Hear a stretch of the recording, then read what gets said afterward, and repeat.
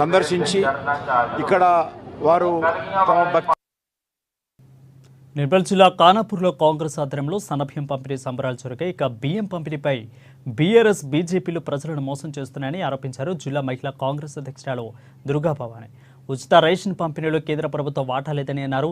తర్వాత దళితవాడలో జై పాపు జై భీమ్ జై సంవిధాన్ ర్యాలీ నిర్వహించారు. ఇక ఈ కార్యక్రమంలో మహిళా కాంగ్రెస్ నేతలు పాల్గొన్నారు. రాష్ట్ర మహిళా అధ్యక్షురాలు సునీతారావు గారి ఆదేశాల మేరకు ఇవాళ మా నియోజకవర్గంలో దళితవాడల్లో మరి మా రేవంత్ అన్న మా ముఖ్యమంత్రి పెట్టిన సన్నబియ్యం ప్రోగ్రాము ప్రతి వాడవాడ వీధి చెందాలి.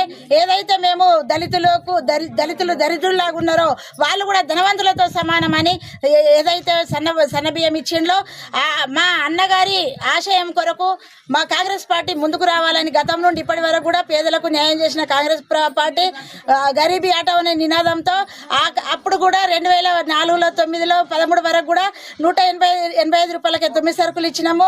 ఆహార భద్రత కల్పించి 35 కిలోల బియ్యం ఇచ్చినాము, రూపాయి కిలో బియ్యం ఇచ్చినాము. ఇప్పుడు మా రేవంత్